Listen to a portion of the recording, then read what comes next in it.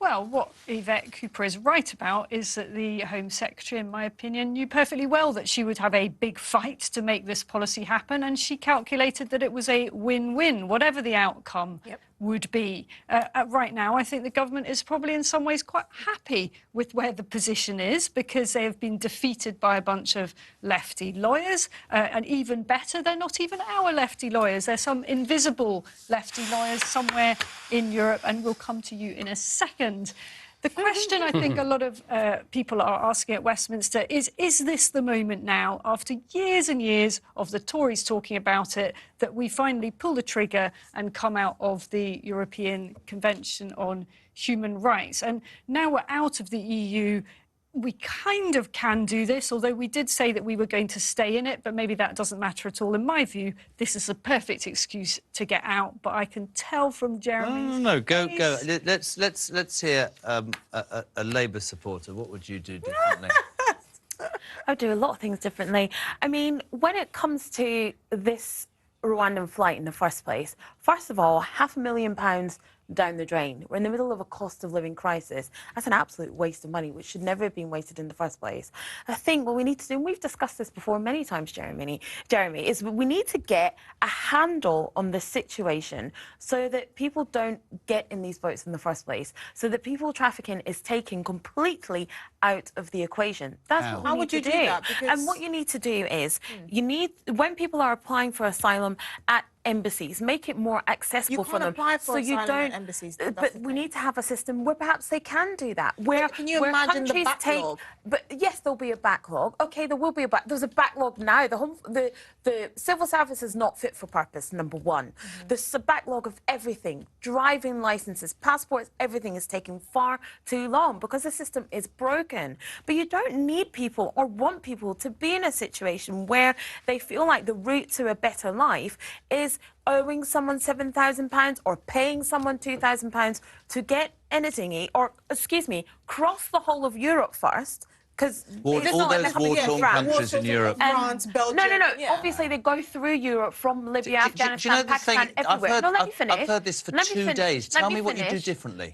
I just said what you do differently is you make a system that actually works, so people don't have to go to people traffickers in the first place. Okay, here's the issue. You see, the thing is, your points would be valid if these were genuine asylum seekers, right? Genuine asylum seekers don't have £3,000 to pay people smugglers. Genuine asylum seekers don't flee countries like France and Belgium. Actually, under government legislation, to be considered an asylum seeker, you can't have passed through a third safe country. That's not how this works. If you're a genuine asylum seeker, scared for your life, going to the 6th largest economy in the world is kind of an upgrade for most of these people. I think the bigger issue, yes, I do think there should be more asylum routes for people, you know, through embassies in different parts of the world. I completely agree there, because it's ridiculous that you can only apply for asylum in this country. But the reality on the ground is these people are not asylum seekers. These people, you know, people are saying 70% of them eventually end up being accepted into the UK. Where are you sending them to? They destroy their documentation before they enter the UK. And the point is, the bigger issue, and this is what I personally have such a huge problem with, is the industry, the people smuggling industry.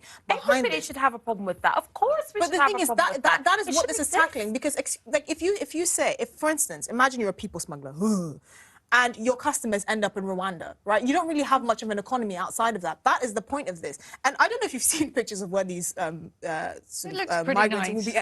It has a pool. Yeah, it looks I wish I was in Rwanda right now enjoying that luxury. Anyway, but the point here is this: this Rwanda scheme is actually to tackle the industry of people smuggling, not just these individuals. But it's not a deterrent. You had 444 people cross last night. That's because it didn't work. Nobody was sent. It doesn't. But it's not a deterrent. But the thing is, it's not. We can't even let it get off the ground because there are these invisible judges in Strasbourg that are blocking it.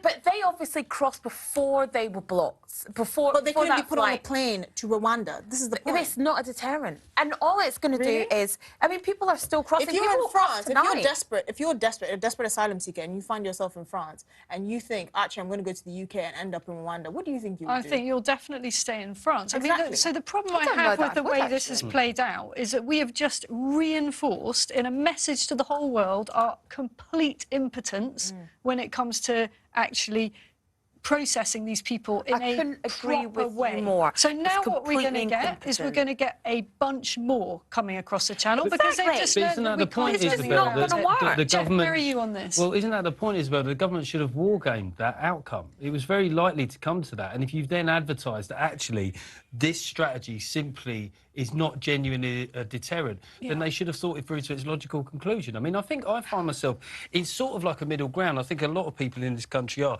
We're uneasy with the Rwandan policy, uneasy on a lot of levels, equally perturbed that lawyers outside of this country can impact actually- on the sovereign Yeah. decisions we're allowed to take. I mean, it does. I mean, there is a part of me that thinks with a couple of by-elections coming up, the government, they do seem to be picking fights, don't they? Like, just walking 100%, around in a pub, yeah. like, what are you looking you at, know, the Northern Ireland, thing is- Rwanda? But if I could just finish, I think that this, I don't think they're going to do any of it. I don't think that they're going to... Leave the ECHR. No, I don't think that they are. I think this will be one of those storms in the teacup that will mysteriously subside after Yeah. the I by-elections. don't know. It depends on their commitment to making this policy work, because it's the perfect pretext, right? I think that one of the things that people say is stop the boats from getting here in the first place. Well, if your immigration policy depends on the cooperation of countries like France and Belgium, which we've actually been doing for the last however many years, and it's not working, and the people coming over, crossing the channel are actually increasing, you actually have to take more drastic measures, because you cannot have an immigration policy, you know, based on the good graces of your neighbouring country. That doesn't work. I mean, I suspect we are going to see so many additional crossings in the next few months that the government is going to have to come up with something better and work. And you're going to fuel This is not hostility. it. You're going to actually fuel anti-migrant sentiment. This is the thing, because these course people it are is. becoming easy scapegoats. This is another thing. People that, you know, target, say Britain is racist, right? It's policies like these that actually increase anti-migrant sentiment, because there's no way around it, right? You can't send them anywhere else, but we have to somehow take them on. But our public services are suffering. People can't even get NHS doctor appointments. I mean, we're stuck between a rock and a hard place here. The conversation started with the judge in Strasbourg. Yeah. I can't believe that a sovereign nation that spent years trying to get out of Europe is being told by a man in his pyjamas who's quashed every other case in half an hour that we should be doing what these people Do tell we even us. know who he is? Absolutely one no of the idea. judges were Russian. And for all your talk about lawyers, that's paid for by the British taxpayer. And nobody's made the analogy, which goes on and on. There is a difference between, we had this today, a genuine refugee and an economic migrant. And 100%. she's dead right. And they burn their passports, they don't have papers. We have proven as a country with Ukraine, we've opened our homes and our doors. The guy on the show yesterday from Chad, torture and persecution, absolutely open our doors. You will not convince me that there are a huge number of people coming to this country because we are an easy touch with the benefits and a welfare state system that allows people to find loopholes. And what I keep saying, and people get angry about it, is right now, I'll tell you why, Jeff, I completely disagree with you. There is very little sympathy. Far more people agree with this. Not that it might be the right policy, but finally a government is saying, we're going to do something about something that was the elephant in the room for years, because you couldn't say immigration because it was deemed racist or wrong. People are struggling. I hear it every day. And actually, right now, people, whether they like to admit this or not, and I'm happy to admit it, are going, I'm really sorry, but I'm trying to feed my family and fill my damn car with diesel. And I really see think a people... GP. I really... While And you're see a at it. GP and get an operation. Listen, loads more coming up. This is The Talk, live on talkTV.